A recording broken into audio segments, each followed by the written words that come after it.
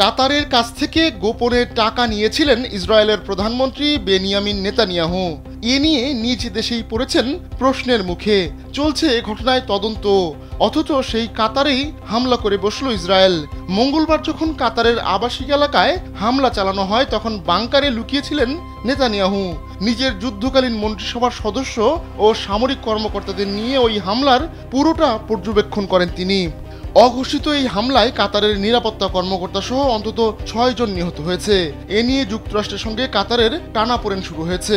Washington বলছে আগে থেকেই এই হামলার বিষয়ে কাতারকে জানিয়েছিল তারা, আর দোহা বলছে এমন কিছুই ঘটেনি। ওই হামলার পর ইসরায়েলের বিরুদ্ধে ক্ষুব্ধ হয়ে উঠেছে আরব দেশগুলো। এবার এ নিয়ে মুখ খুলল কাতারও। স্যান্ডেলিনা সো, রূপচর্চায় আভিজাত্য।